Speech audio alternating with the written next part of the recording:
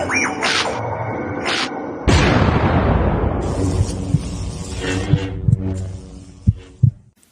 day, colleagues. My name is Marcus Dekenaar. I'm co-chair of the Load Research Chapter. Our topic today is load models in power system simulation, and our speaker is Geeven Moodley. So Geeven's going to be talking about load models in power system simulation. Geeven has got over 20 years experience in areas of power system modeling and simulation, renewable energy integration, power system stability, grid code compliance. He's also actively involved in developing and presenting training courses in the areas of power system simulation with Digsilent's PowerFactory software as the primary tool. Geeven also has an addiction for exercise, and he does many things that cause sweat. He's managing director of Digsilent by USA. If you go across to Digsilent's webpage and you look at their training courses, you'll see a number of courses, and they're very closely aligned with the needs of power system engineers right now. You'll find stuff there about renewables, impact studies, and et cetera, So it's quite an interesting view of how a software supplier is tackling the problems of the day. With that, I hand over to Geeven. Geeven, the floor is yours. We have probably just less than an hour for you. Yeah, please give us your overview. Thank you. Thanks, Marcus. I hope everyone can hear me clearly. It was a bit short notice, but I also think it was. Thanks for the invite. It was a very good opportunity for me to share some of my experience with load models and modeling. I've been working with power system simulation software many years from when I actually started my career. Obviously, recently I work predominantly with PowerFactory. But, one of the things I see is that not many people understand how simulation software handle load models in particular and how it affects their results. So I think this is an ideal opportunity for me to share some of that experience and knowledge with everyone. Just very quickly, to go through the overview, there's obviously, I want to talk about just loads in general and why we have different types of load models.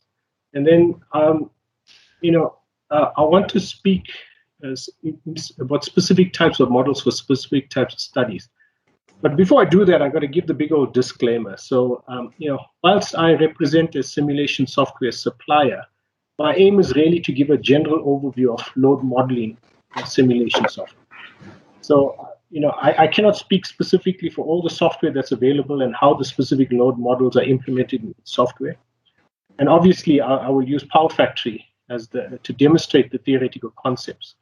But what I really want everyone to appreciate is that the need for proper load modeling, why we have this need for proper load modeling, and more importantly, how it affects the results of your studies.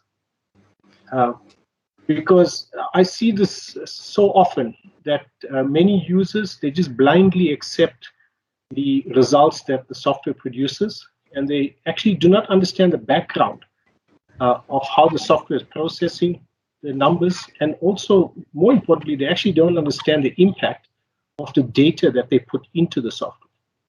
So, the objective is really to talk about load models and the context of the studies that people typically use these load models and the data that will affect the study results. So, just, there's pretty much 4 load models I want to speak about. The first is what we in PowerFactory call a general load model, and it's the most commonly used load model in simulation when you use PowerFactory. And it's supported for various types of studies for load flow, short circuit, power quality, RMS, EMT type simulations. And, people, because you can easily jump between different studies, a lot of people don't understand you actually have to set up the load model for the different types of studies that you want to consider. So I will give you some insight into what goes on in the background and how the parameters you put in will affect the results that you get out. Then I'm going to talk about a complex load model, which is pretty much an enhancement of the general load model. and a very useful load model, especially when you start looking at dynamic type studies. And more recently, we started looking at, we've introduced the MV load model, I think simply because of the nature of studies that have to consider embedded generation in MV type networks. The need to adapt the load model to consider this is very important. So there's an MV load model that's available, and an LV load model. So obviously LV load models have to consider stochastic functions and stuff. So there's models for LV loads and stuff like that. And then lastly, I want to quickly touch on deriving the load model factors. How do you do this? What's the common practice for doing these sort of things? So I know there's a time for questions at the end, so I'm going to pretty much go through the presentation and then I'll take questions at the end. So I think we're all aware that network itself has various different loads that are connected to it, and it is, it depends where you stand on the network or your perspective from where you're viewing the network. The composition of static and dynamic loads in the network looks very different. So if you're standing on a transmission type bus bar, downstream you're seeing a very mixed composition of both static and dynamic loads. Whereas if you on an LV type system, you can very clearly see whether the load is static or dynamic, whether it's a kettle that's boiling or some motor that's spinning and stuff like that. So the perspective of where you stand is very important. And because of that, you find there's different factors that influence the loads itself. And we're all well aware of this. The time of day affects the loading, the seasons affect the loading, and it's all eventually linked back to human behavior. So it's humans that determine the load on the electrical system. And I did touch on this, that the term load is, can be different depending on where you sit. So for MV feeders, the load model would look different from, for example, from an LV feeder. Now, because of that, you need to obviously represent these loads in a simulation software. So at the highest level, loads are typically represented in two forms. You get the balanced load and you get the unbalanced load. So normally when you specify the input parameters for these types of loads, you would normally specify the power, reactive power, current power, power factor, or whatever. You only really need to specify 2 of the 5 parameters, and the rest can be calculated. Now, if you use a balanced load, so typically your balanced loads would have some sort of delta or star configuration. The big assumption in this case here is that your balanced the loading is shared equally between all 3 phases. Now, this is really historical. I mean, back in the day when power system simulation software was very new, computational, the computers were not very powerful to process 3-phase simulations. So you find that there was approximations made, and the so-called balanced approximation came in. So if you're doing transmission type studies, this is really very good. Balanced loading is a good way to model your loading. However, if you're doing MV and LV type studies, then balanced loading may not be the most accurate way to represent your studies. You need to consider unbalanced loading in your network. And here you need to start specifying, for example, single and 2-phase loads. And there can be all sorts of configurations as to how you model them, 2-phase to earth, 2-phase to neutral, stuff like that. So again, it's the perspective of the study you're trying to do. If you're a transmission type planner or operations person, a balanced load will suffice. Whereas if you're a MV, LV type planner, the unbalanced load is more what you should use in your model when you put the loads into your model. Now, because of this, the first thing for load flows is, and it's probably one of the most important thing in load flows to consider, is the voltage dependency of loads. And the fact of the matter is that the power that's consumed by a load is actually a function of the supply voltage to it. Now, loads in general have, so if you looked at this first picture that I showed you here, you'll see that your loads are typically made up of motor type loads, resistive, inductive, and capacitive type loads. And all these loads are a function of either the voltage or the electrical frequency.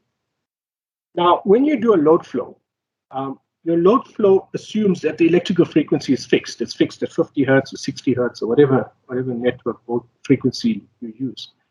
But the voltage can change and does change. And because of that, you need to consider the voltage dependency of loads when you do your load flow calculation. So we've all heard of the classical ZIP model, ZIP. So Z for impedance, I for current, P for power. And this model is actually gives a good approximation of how a load would perform under when you do load flow studies. So you have, I just gave some typical examples here of things like constant impedance loads would be your kettle or your geyser. The impedance of the heating element stays pretty much the same. Constant current loads are pretty much arc furnaces and stuff like that. And constant power type load would be anything that requires, for example, constant torque. So motors, drives would regulate the power so that the torque on a motor is constant. So this is just some examples. There's hundreds of examples of these things.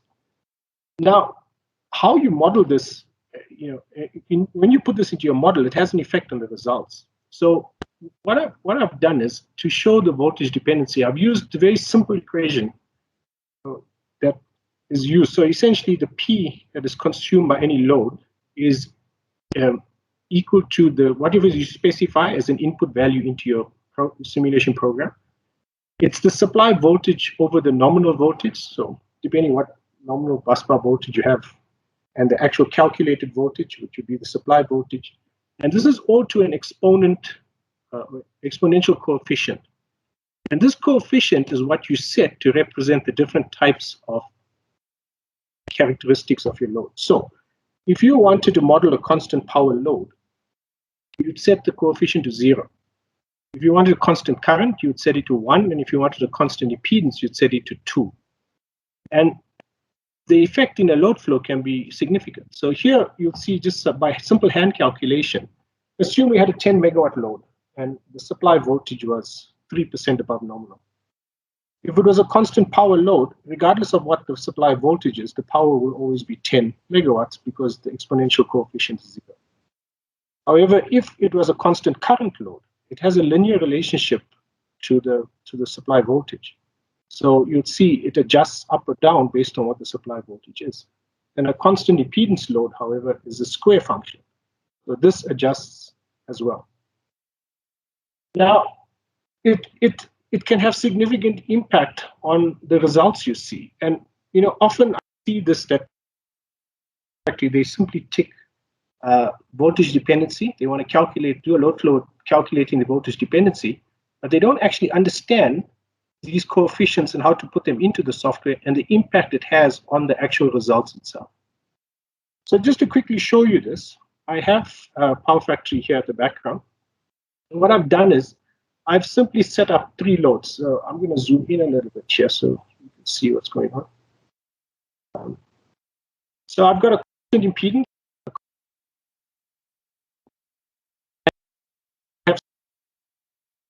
132, but it doesn't really matter at this stage.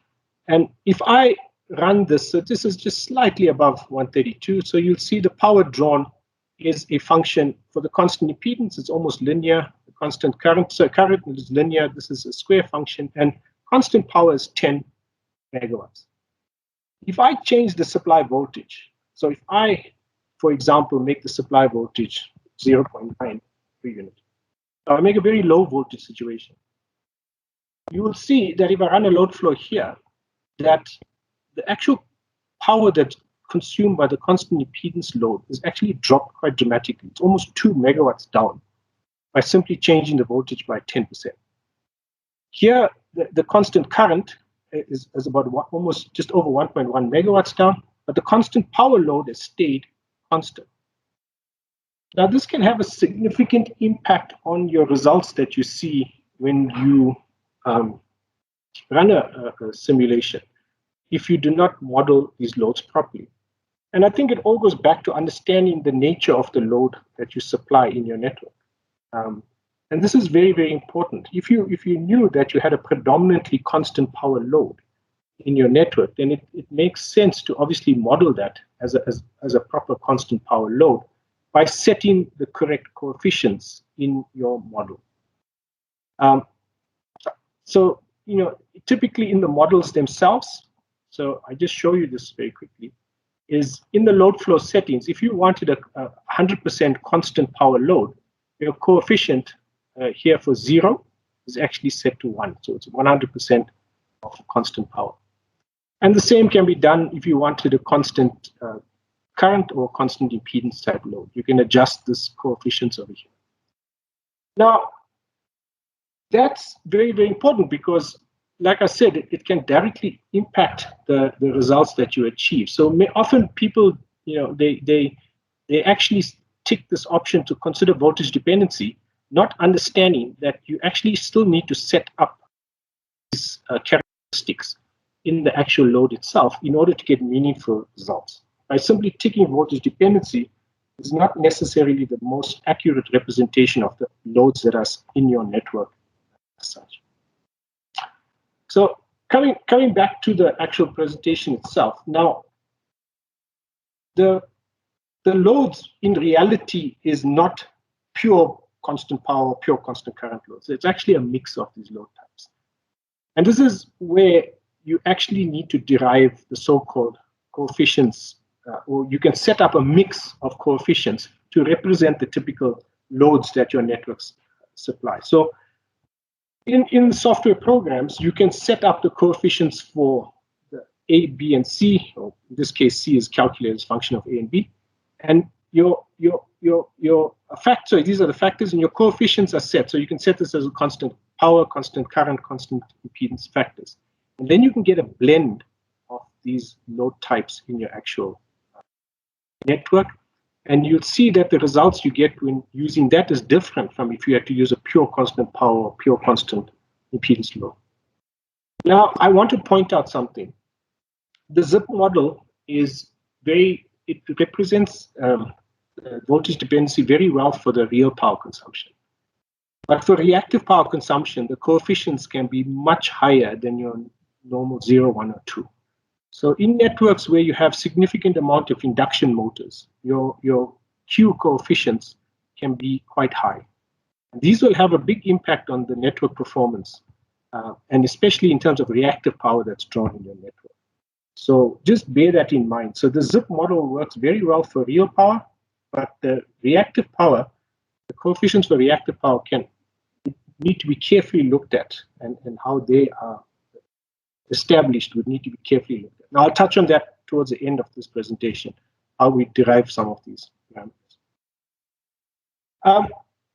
So again, just to show you, I have a mix here. So I have a 60% constant impedance, 30% constant current, and a 10% constant power load. And you'll see its value of power drawn is a blend of these three pure load types, if you want to call them.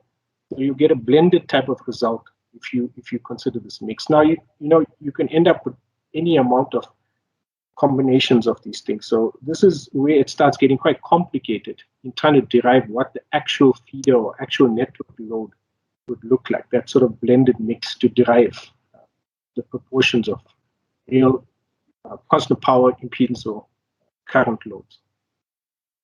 But it is possible, and you can do it in software. All right, so coming back here now, if you're doing short circuit studies, your load model is typically not considered as something that contributes to short circuit currents. Certainly, the international standards that are out there, IC 60909 or the ANSI standards, they do not consider any contributions. They only really consider motor contributions. So, if your load does contribute to fault current in some way, then your standard load models that you find in power system software, you'd have to swap that out with either a current source or a voltage source to approximate that current injection back into the system. But the international standards are not going to take any consideration or load contribution to fault currents from loads themselves. So that's just something to take note of. If you're doing harmonic type studies, then there's typically two types of load models that are considered. One is an impedance type model. So this impedance can be either pure inductive or capacitive, or you can have a mixed inductive capacitive type representation. However, if the load does contribute harmonic currents to the network, the better way to then model that load is by using what we call a current source method. And you actually specify the current injection as a percentage of nominal and specify the phase angle. So often we see people do harmonic studies and they do not really set up a proper current source, and they think that the harmonic calculations of their network looks correct. It's not, because by default, the model would simply be an impedance type model with no current injections or harmonic current injections back into the network. So that is always something to bear in mind when you're modeling the loads for harmonic studies. The dynamic simulations is where you really start seeing the impact of load models, because the load models themselves will affect the response of the network to the transient voltage following a fault in the network or following some event in the network. So typically, when you do this, when you use, for example, the general load model in PowerFactory, the load model can be split into two parts. There's a static portion, which would typically represent some impedance, or inductive, capacitive impedance, and there's a dynamic portion. Now, unlike the load flow, where the load flow only considered the voltage dependency, when you do a dynamic simulation, an RMS simulation, for example, not only must you consider the voltage dependency, you also need to consider the frequency dependency. And because of that, there are various ways in which you can represent the voltage and frequency dependency for dynamic simulations. So I'm just going to take you through some of them so you get a feel for it. Now, different software may use different ways of approximating this in their algorithms, but it at least gives you a feel for what is going on in the background when you start running RMS type simulations. So the first way of you doing this type of study is to consider a linear voltage and a linear frequency dependency model. So any change in frequency is essentially passed through some PID terms, and then this is and same with the change in voltage. It's passed through some PID terms for the real component and the reactive component. And the same here, there's a real and a reactive component, and these influence each other. So you'll see that the voltage and the frequency components are added, and that affects the actual real power that's produced on the load. And the same with the reactive component, there's an addition, and that affects the reactive power and the response of the load in terms of reactive power to the system event. Now, the models can become quite complicated from here, because you can consider you can have a linear voltage, you can have a linear frequency dependency, but you can have a non-linear voltage dependency. So besides the direct addition of here, you'll see that the voltage dependency part has a non-linear component that's added to it as well. Again, you can even make the frequency component non-linear as well. And now the big question is, what are all these factors, these KPF, KQF, EAP, and how do we derive all of these things? Because this is really, if we can get to deriving accurate parameters and coefficients, then we can really start representing our loads much more accurately, their behavior, their dynamic behavior much more accurately in power system software. And just as a last thing, in PowerFactory, there's even a nonlinear regulated model. So you'll see that these factors, these KPF, KQF factors, will directly affect the output and the response of a load to a system event. Now, I don't want to go into too much detail to the background and theory on these things, but it suffices to say that, when people, there's a lot of factors that influence how a load will perform when you do a simulation study. And if you don't understand the impact of these factors as a start, if you don't understand what the correct numbers should be, then your results that you're achieving might actually be quite meaningless from the software tool. So it's about understanding how is the software processing the numbers, how those numbers influence my output of my results. And then obviously trying to derive the correct numbers to put in here so that you get an accurate representation of your load in simulation. Now, I want to quickly show you this in PowerFactory, because when I come to the complex load model, I think you'll have an appreciation for this sort of dynamic component. So I've taken the same constant impedance, current, and power loads. What I've really done is I've set them up so that they act now as a 100% dynamic type loads, and I've modeled them completely nonlinear.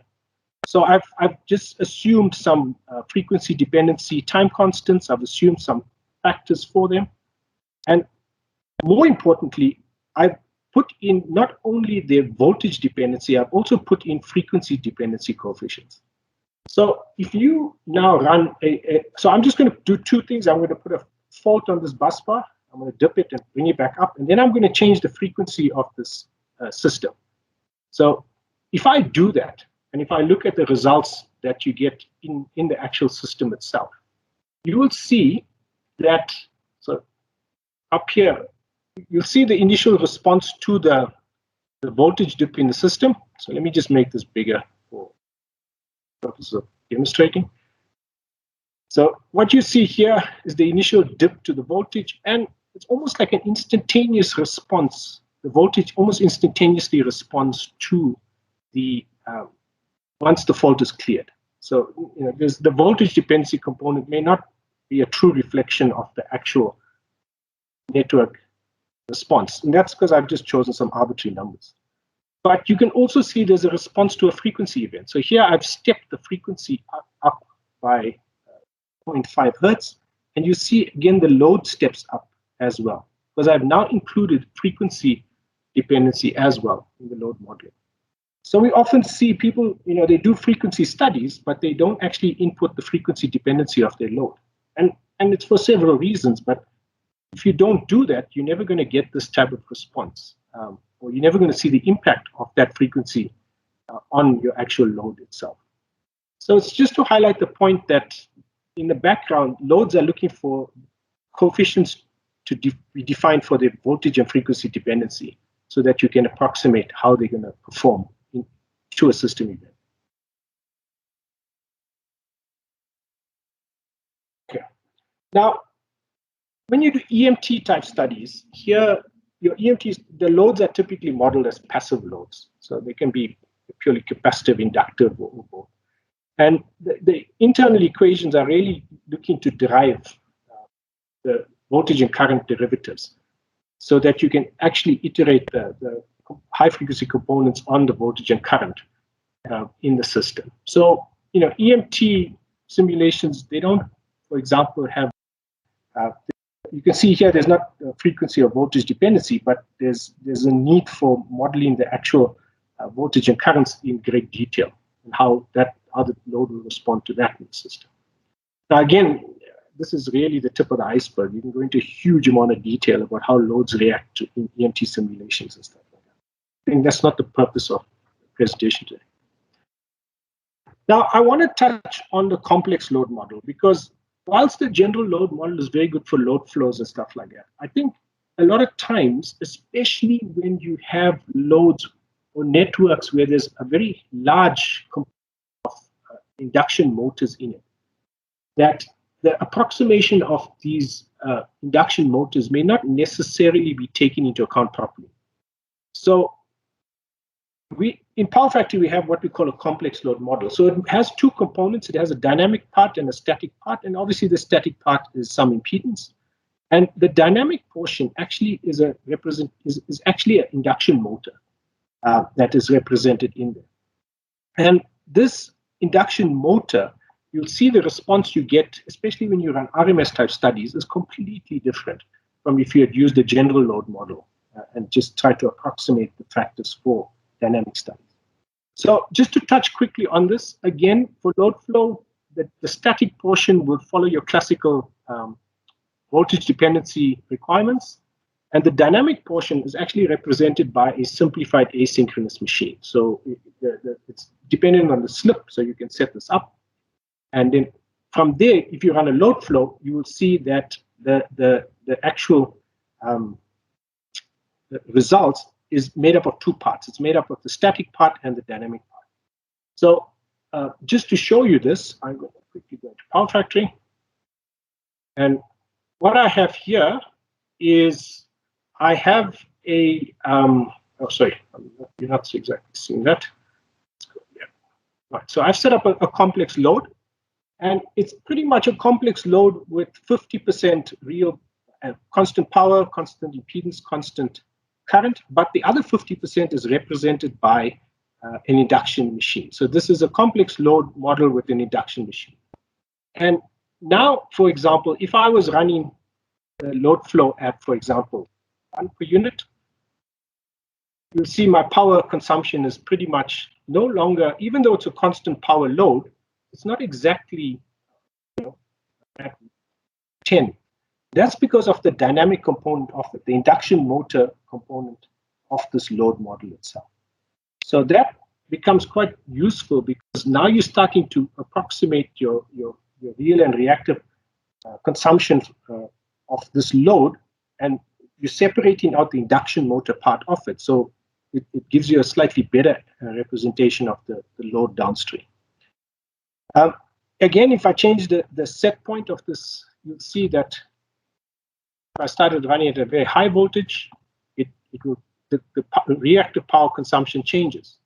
And this is, again, even the real power is changing. And that's because of that induction motor component that's included in this load type. So this particular load type, you can actually specify the percentage of dynamic load, and then obviously you could specify your coefficients for your static part and your dynamic part, what motor this would represent.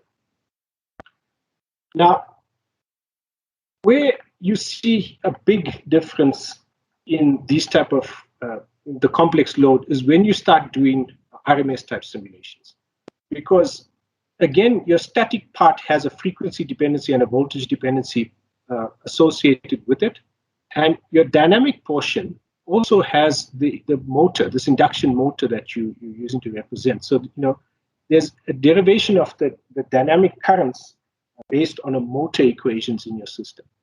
So if you look at the results when you do dynamic studies considering a complex load model, you'll see the results look completely different post-fault. So here what I've done is I've simply, again, put the same fault on the bus bar and cleared it. But now you will see my post-fault active power is actually swinging around. And this post-fault active power swinging around is a function of the dynamic part of that complex load model. And this is completely different from the one we just saw previously, because the previous result showed quite a step type response, whereas here we have quite an oscillatory type response to it. You'll also see the voltage recovery is not a step. It actually takes time to recover to the actual pre-fault value. And this is very, very important, especially when you're doing voltage stability type studies, because how long the voltage takes to recover can actually mean, it could mean that your network could be either grid code compliant or non-grid code compliant, because there's rules that define how quickly the voltage should be at a specific level following a fault in the system. Again, if there was a frequency event, so what I did was, besides the short circuit that I applied, I also applied a frequency event to my system itself. So I simply stepped the frequency to 51 hertz. And you'll see the load reacts to that step because there's obviously a frequency dependency component that has to be taken into account as well. So this type of, if you had just used the general load model, you would have got a very step response type thing and said, oh, everything looks fine in my network. All you've done is you've changed the model to the complex load model, and the results look different. And these results could actually mean, okay, well, maybe things are not as good as I initially thought on my network. So the choice of load model is very, very important. And it depends on the type of study you're doing and where in the network you are. You know, what part of the network you're analyzing to approximate the load in that part of the network. Here. Okay, now moving on very quickly. With obviously increased embedded generation, there was a need to model the so-called embedded generation in the system. So in PowerFactory, we came up with what we call an MV load. And the MV load represents both your static load that is normally consumed from your network and obviously the static generation. Now, very important, it's static generation. So it's your typical PV, PVs and stuff like that.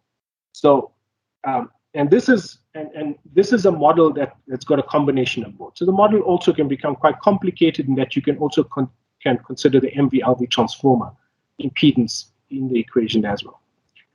Now, for load flow studies, voltage dependency is considered. And voltage dependency must always be put in because this load that is being supplied here is, it has a certain nature to it, be it constant current impedance or whatever. So you need to set that up in your coefficients for that. The generation is just a pure offset. So whatever the load consumes, this generator produces. It just offsets that, and you see that on the consumption through the MV-LV transformer. However, when you do short circuit studies, now, again, I want to stress this. This is for the complete method only, so this is a PowerFactory specific thing. The international standards do not take into account ejection from embedded generation at the moment, unless explicitly specified. So in this case here, if you use a complete method, besides the load that's represented here, you also have a current source to represent the actual generation, the embedded generation in the MV network. And because of that, you can then see the contribution of the MV load to a fault in the system. Whereas with the other load models, it does not consider any fault contribution. And the same applies when you do RMS type studies. Besides the fact that there's a load component, there's also a current source component that would generate current back into the system. So you will see a direct impact on the actual current in the system itself. So just to quickly illustrate this to you, I have here an MV load. And again, if I run this MV load is set up with a 10 megawatt load, but a 3 megawatt generation embedded. And obviously, if I just run a normal load flow, this it gives me 7 megawatts. Yeah? But remember, in the load flow type, you can specify the voltage dependency. So this can be set up as well. I think I set this up as a constant power load. But for short circuit currents, if I have to calculate a short circuit on this bus bar here, so I'll just use the complete method. Now you will see here, my MV load is actually showing me a contribution, and that's from that 3 megawatts of embedded generation that's sitting downstream. I have complex loads here, so these obviously will also contribute because there's induction motors, and the induction motor contributes to short circuit currents. So the same with the MV load. It's very important to represent that current contribution under fault conditions or fault calculations. So this is taken into account as well. And again, if you just put a general load here, and if you run a normal fault, you will not get that contribution. I also see people representing generation as negative load. There's nothing wrong with it if it's in a load flow, but obviously if you're considering short circuit contribution, then the negative load will not give you any contribution to the fault current. So that's just a hint I can give you. All right, moving on, LV load models. Now, LV load models are really at 400 volt type systems. Typically LV loads are set up to check voltage drop and cable loading and stuff like that. And what's very important to understand about LV loads is that the resistive component dominates the reactive component. So there's a big focus on real power flow. However, one of the things, and I think Marcus, you touched a little bit on the Herman-Vita method and stuff like that. So it's not exactly the Herman-Vita method, but there's a stochastic component to LV loads, and this is typically, you represent this as a coincidence factor. So what this really means is if you took one house, you can predict quite accurately when the maximum will occur and when the minimum will occur for a household. But if you had two households, the chances of both households peaking at the same time or the minimums occurring at the same time is low. So the net effect is that your coincident factor will change. And obviously, as you add more and more loads, the actual coincident factor will change based on what's the coincidence of achieving maximum at the same time or minimum at the same time. So based on this, there's even a load model that's considered in PowerFactory. And again, as with all loads, voltage dependency must be taken into account. The coincidence factor changes. And I think often I see this, people use the LV load model, but they use a single coincidence factor.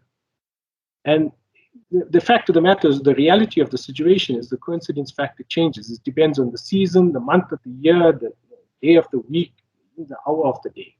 So, this, you need to look at putting more detailed information in terms of profiles of coincidence factors. Short circuit current contributions are neglected. I think this is simply because the international standards don't take them into account. For harmonic analysis, these are pure impedance loads, so they either inductive or capacitive. Simulation type studies, again, they're just pure impedances. And that's just how the LV load is used in PowerFactory. So now I'm just watching the time here. So what I do want to do quickly is talk about something that I think is very, very important as an input to most people doing studies in Southern Africa, is the derivation of these factors that I've been speaking about. So for example, the voltage dependency factors, the real and reactive component coefficients. And how do we actually get these? So typically what is done is you use the concept, in Digsilent, we refer to it as the concept of system parameter identification, where we compare measured against simulated results. And so we feed in measurement files into components, and then obviously we simulate the actual result itself, simulate how the actual component behaves. So if it's a load, we would simulate the actual load behavior. And then we compare the difference. And depending on the difference, we then use some optimization. So there's various methods that are supported. And then we try to adjust the coefficients or the factors in the actual component so that the difference between the measured and simulated is within an acceptable tolerance band. And once you do that, you've then derived the correct coefficients for your load model. Now, your verification can be done using normal load flow. So you could have some reading of real power, reactive power, voltage, current, and then you can derive the factors from there. Or you can even go as far as measuring an event and then feeding in the real reactive power, the current, the voltages, and then trying to derive the actual dynamic coefficients that would feed into your load model. So this can be done on both platforms, load flow or dynamic simulation. And it's really the hint that I want to give in terms of people of deriving this, because I found a paper. It's actually, I've used this for many, many, many years. And it was actually a paper that was in the IEEE transactions back in 1993. And it was set up by the IEEE Task Force on Load Representation for Dynamic Performance. And some of the contributing people to this was actually Charles Concordia. So some of you will know of Charles Concordia. And you will see what it has in a nice, neat table is those so-called coefficients that we need to derive. And they've broken this down based on a country. So obviously this was done in Canada. So they've broken down their loads for electrical heating into different parts of the country. They've even got summer and winter coefficients that they can use. Non-electrical heating, commercial heating, and you'll see they've broken it down per load mix. And from there, these coefficients now become extremely useful for the planners in the system, because what they do is they take these numbers, create load models, put them in for different parts of the network model, and when they run their load flows or their dynamics, RMS simulation and dynamic simulation, they know they have a far more accurate representation of the load in that part of the network than if they had just assumed some constant value in a load flow or in a dynamic simulation. Now there's stacks of representations in there, but I mean this is ultimately where we want to get for Southern Africa, because our loads in Southern Africa may have different coefficients to these ones here. I'm sure if we had done this study, for example, in the Middle East, where they have huge amounts of induction motor load, the coefficient factors for the Q could be much higher than this, in the region of 6, 7, 8. So it really is region or country specific, and it's dependent on the nature of the load that sits in those in that network. So that was pretty much it at the highest level. There's a lot of stuff and detailed stuff I can get into, but yeah, I think if there's any questions or queries, I'll try and answer them as best I can. I did ask you to give us an example with principles, explaining the principles and then giving us examples. I must thank you very much for doing that. What does concern me, though, is that as a load researcher, we deal in half hours. And now you come along and say to us, the load itself is also a variable. It's not only the load flow. And that causes a lot of confusion. So Lloyd and myself and other load researchers will now have to appreciate that our work is only just beginning, actually. And we haven't defined the loads properly yet. Yeah, so thank you for that. I didn't mean to throw a spanner in your work. I just wanted to tell you what we need to do the simulations. No, it's fairly clear that there's a lot of information that is required to feed applications to get the right kind of answers, certainly in South Africa, and the location might change the nature of the factors that one applies quite seriously. Yeah, so thank you for that. Just one question. We have heard from the guys on the renewable side that they recommend a network impact study for certain sizes of renewable projects. Do you have any feeling for what's in that network impact study? I know it's a little bit off topic, but yeah. So network impact studies are typically looking at what would happen if, for example, you tripped the renewable plant. And it's actually, believe it or not, it's not something new in terms of grid codes. It's something that has been defined in NRS for a long time. It actually was applied to loads as a start. So, if we were running a study and if this load here had to trip, it causes a step voltage change on the actual voltage supply to the actual load itself. So NRS had defined, give me a second, I'm going to try and find the actual reference for you. So I think it makes it a lot easier to, instead of talking off the top of our head here. So I want to see if I can quickly find one of these impact study reports and show you what the table is. So that I'm just looking for a kind of a hit list for the typical content of a network impact study. Yeah, so I'm gonna just quickly share this here.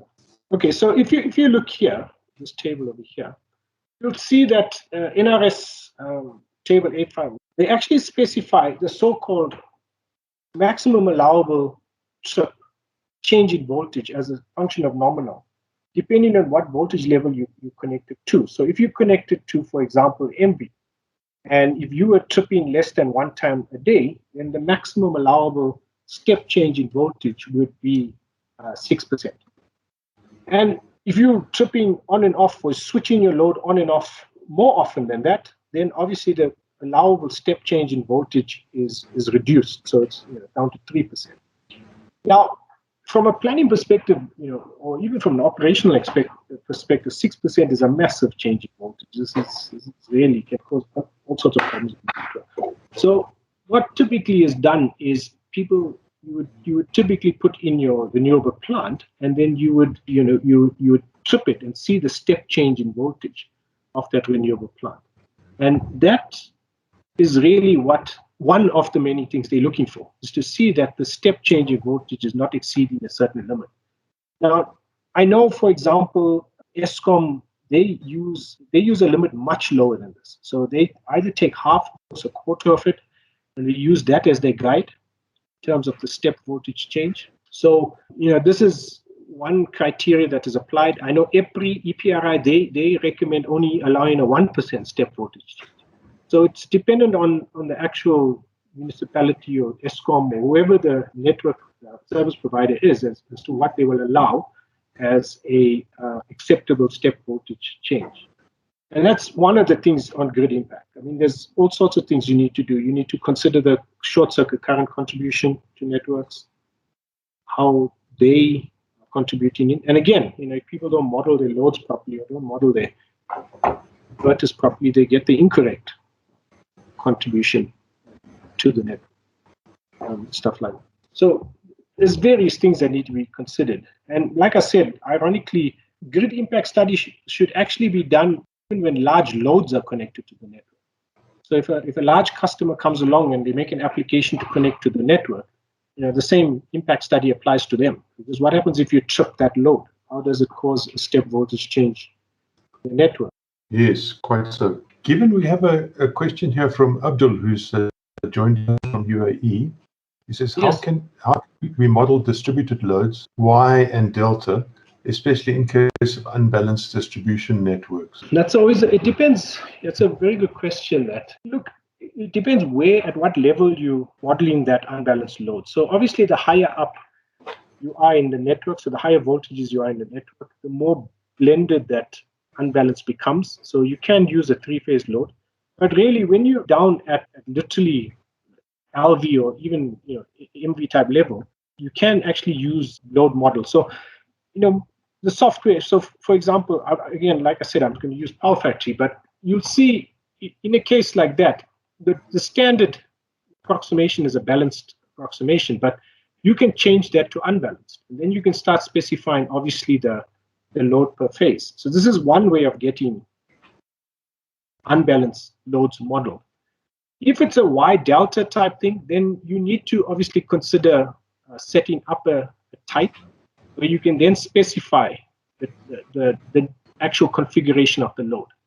Now, I mean, if it's from the UAE, so I'm not sure if they use Earth return there. I know in South Africa we use neutral return, so we would probably model it, a two-phase to neutral type return, or single phase to neutral. But again, if it's Earth return, you can model it Earth return or neutral return or whatever the case may be.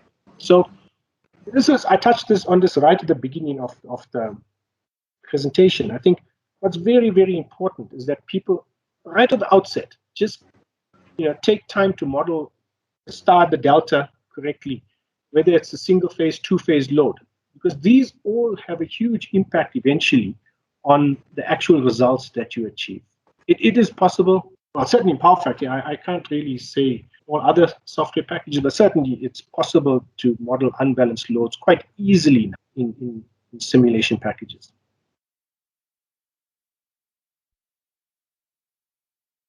I don't know if that answered the question.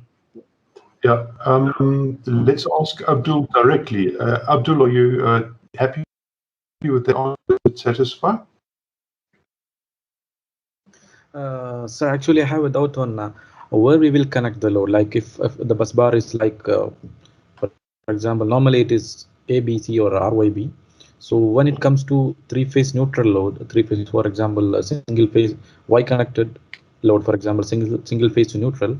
So whether that particular node has to be modeled as three-phase neutral, or if the line is running a three-phase, how can we connect three-phase to neutral? Or else we will connect it as single phase to earth or a single phase to phase neutral. What is the combination? Okay. Yeah. Okay. So look, that what you're speaking about is actually to understand the full connectivity of load. So if for example, you use a three-phase neutral, so I'm just going to very quickly create a load type here with a three-phase to neutral type thing. You will see that the neutral at the bottom, the picture, is not connected to anything because the bus bar doesn't have a neutral on it. So at this point here, you would have to change your bus bar configuration to also include a neutral on it. And when you do that, you will now see your load is fed back to the neutral on the bus bar. So this bus bar now is a neutral. Now, again, this bus bar could be tied back to the neutral of a transformer, or it could be directly grounded through some impedance, or it could be through an NEC, NER. So it depends on the design of the substation. But each component, when you model in unbalanced loads, you have to consider the neutral as a fourth phase. And you also have to trace its path, and its connectivity needs to be complete. So whether it's tied back to the neutral of the transformer, because remember, even transformers, you can bring their neutrals to the bus bar as well. That's even possible in PowerFactory. If it's earth return, then that's not a problem. You don't need to model anything on the bus bar. PowerFactory will do the earth return for you. Okay, sir, that's clear. But in case if three-phase neutral is connected to some two-phase neutral bus bar, again further it is connected to single-phase neutral bus bar, and their load is connected. So my question is that final point needs to be grounded, or we can connect directly phase to earth? I mean, load can be connected to phase to earth or single phase to neutral without keeping the ground on the last bus bar. I'm struggling to try and picture how you would get to earth return on the end, because if you're using neutral return all the way down to the last bus bar, then your load should still be connected back to the neutral return. I would have to look at how the network is configured to answer that. Okay, Geeven, let me wrap then from our side. Thank you from the load research point of view. Thank you so much for presenting, and I think you've shown us that this load modeling is not a simple thing if you go into it in detail. Many choices are available to have accurate representation of the loads and therefore get the right results out. So knowledge is required, and certainly calibration is required. Again, thank you very much for your presentation. That's a pleasure. Thanks for having me. I really do appreciate it. Okay, thanks.